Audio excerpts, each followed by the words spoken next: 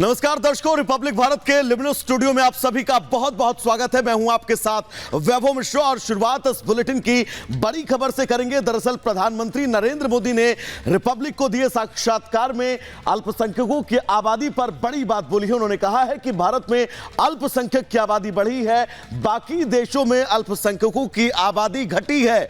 Minority की संख्या कम का नैरेटिव गलत है। आजादी के बाद हिंदुओं की आबादी घटी है, अल्पसंख्यकों की आबादी 43% तक बढ़ी है। सर्वजन हिताय सर्वजन सुखाय वाला यह देश है। हमने कभी किसी की जमीन नहीं छीनी है। और क्या कुछ कहा है प्रधानमंत्री ने, सुनते हैं।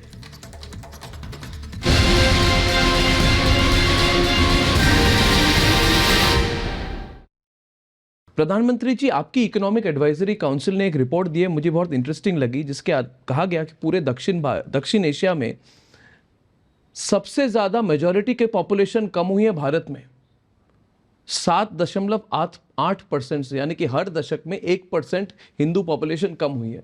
मगर कोई मेजॉरिटी इन डेंजर की बात नहीं करता। ये आप उससे जुड़ा हुआ सवाल, ये मुस्लिम्स इन डेंजर और माइनॉरिटीज इन डेंजर की बात कही जाती है। और मैं आपसे सीधा सवाल करना चाहता हूं कि ये आपके छवि पर अटैक करने की कोशिश है? Is it to target Narendra Modi और is it at a national international level also to affect our relationship with Gulf countries? क्योंकि आपने जिस तरह से एक ऐतिहासिक कदम उठाई है, मिडिल ईस्ट के नेशन के साथ जो नया संपर्क बनाया, क्या उस पर अटैक है या आप पर पर्सनल अटैक है? पहली बात है, ये मोदी का विरोध करने में इतना संतुलन खो चुके हैं कि वे मर्यादाएं ला करके उनकी बातों से देश का भी नुकसान हो रहा है, ये समझ नहीं पाते, या तो जानबूझ करके कर रहे हैं।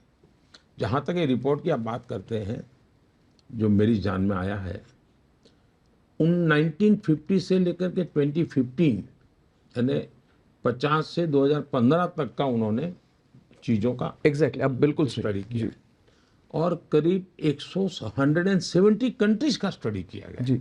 ये सिर्फ कुछ दक्षिण भारत के लिए। और इस स्टडी इस बात पर ही है, इस दौरान माइनॉरिटी में क्या बदलाव आया, इस विषय पर था। क्योंकि लोग कहते हैं दुनिया में माइनॉरिटी को दबाया जाता है, ये दुनिया की बात होती है।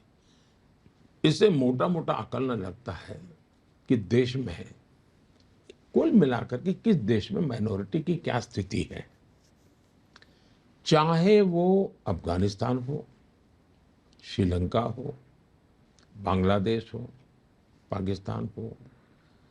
ये रिपोर्ट कह रहा है कि इन सब देशों में माइनॉरिटी की संख्या कम हुई है, जनसंख्या कम हुई है।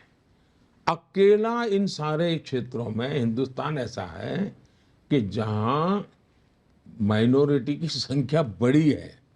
और इस स्टडीज में दो चीजें उभर करके आई हैं।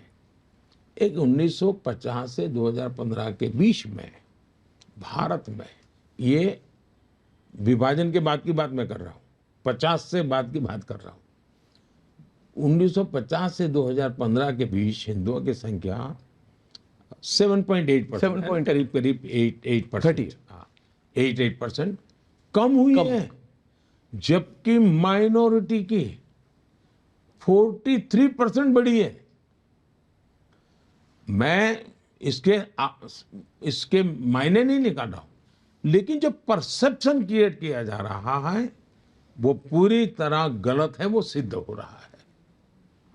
इसके जिसको जो मीनिंग निकालना ही निकाले, मुझे मीनिंग नहीं निकालना है। अगर फैक्चुअल ये है तो भारत में माइनॉरिटी के साथ अन्याय है, भारत में माइनॉरिटी को दबाया जाता है, भारत में माइनॉरिटी की आवाज नहीं है। ये सारे जो नैरेटिव हैं, उन सब लोगों ने 170 कंट्रीज के स्टडी के बाद एकेडमिक रिपोर्ट को कम से कम स्वीकार करते हुए भारत पर जो ये आरोप लगाए जाते हैं, जो एक नैरेटिव क्रिएट किया जाता है, एक जो परसेप्शन बनाया जाता है, मेहरबानी करके वो ये से थोड़ा सत्य स्वीकार करें और इस नैरेटिव से बाहर आए। भारत सर्वजन हिताय सर्वजन सुखाय वसुधैव कुटुंबकम की भावना को लेकर चलने वाला देश है, जिसने दुनिया में, हम समृद्ध देश थे तब भी, कभी भी दुनिया में किसी का लूटा नहीं है, हमने कभी किसी की जमीन तक नहीं छीनी है। ये महान संस्कृति के हम वारिस हैं और हम पर ऐसे इल्जाम लगे। अब हकीकतों के आधार पर सिद्ध हुआ है कि हाँ, हम वैसे ही महान है। लेकिन हिंदुओं की संख्या कम होना, तो नंबर ऑफ हिंदू कम होना वो मुद्दा नहीं है जी। एक महान कल्चर जो सर्वसमावेशक है, जो एक प्रकार से भविष्य में दुनिया को संतुलित रखने का कैटलिक एजेंट बन सकता है जी। क्योंकि वो किसी का दुश्मन नहीं है। अगर वो कम हो जाएगा, वो एकदम माइक्रो माइनॉरिटी हो जाएगा, तो वो इन्फ्लुएंस ही नहीं कर पाएगा। अगर वो इन्फ्लुएंस नहीं कर पाएगा तो दुनिया का नुकसान होगा जी। तो आज दुनिया के लिए चिंता ये होनी चाहिए कि इस महान परंपरा और उदार चरित्र जो वसुदेव कुटुंबकम मानने वाले हो, उनकी संख्या बढ़े कैसे, ये दुनिया ने चिंता करनी चाहिए। नेटवर्क के साथ प्रधानमंत्री की एक्सक्लूसिव बातचीत आप सुन रहे थे। इसके कुछ और अहम हिस्से आपको सुनवाएंगे, लेकिन इस बीच सुप्रीम कोर्ट से बड़ी खबर आपको बता दें। अरविंद केजरीवाल की जमानत याचिका पर आज एक बार फिर सुनवाई हो रही है। फैसला आने की उम्मीद की जा रही है, लेकिन क्या वो फैसला राहत लेकर आएगा, क्योंकि ईडी लगातार विरोध कर रहा है। ईडी ने कल फिर एक जवाब दाखिल किया और ये कहा कि चुनाव प्रचार करना न किसी का संवैधानिक अधिकार है, न कोई मौलिक अधिकार है, न कोई कानूनी अधिकार है, और अगर इस तरह से चुनाव प्रचार के लिए लोगों को जमानत मिलने लगी तो फिर तो हम किसी को जेल में ही नहीं रख पाएंगे। तो क्या इस बात को भी कंसीडर करेगा, क्योंकि इस पर इससे पहले भी 4 बार बहस हो चुकी है। 15 अप्रैल को, 29 अप्रैल को, 30 अप्रैल को और फिर 7 मई को इस मामले पर सुनवाई हुई और यही जिरह जो है वो बार बार की गई।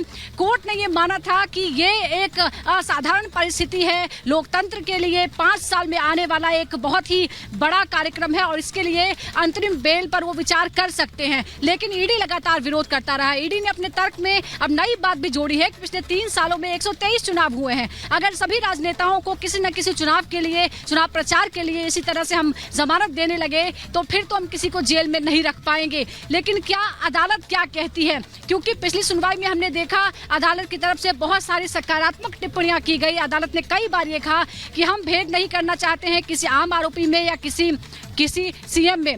लेकिन बड़ा सवाल यह है कि क्या अरविंद केजरीवाल को राहत मिलेगी या फिर आफत बरकरार रहेगी।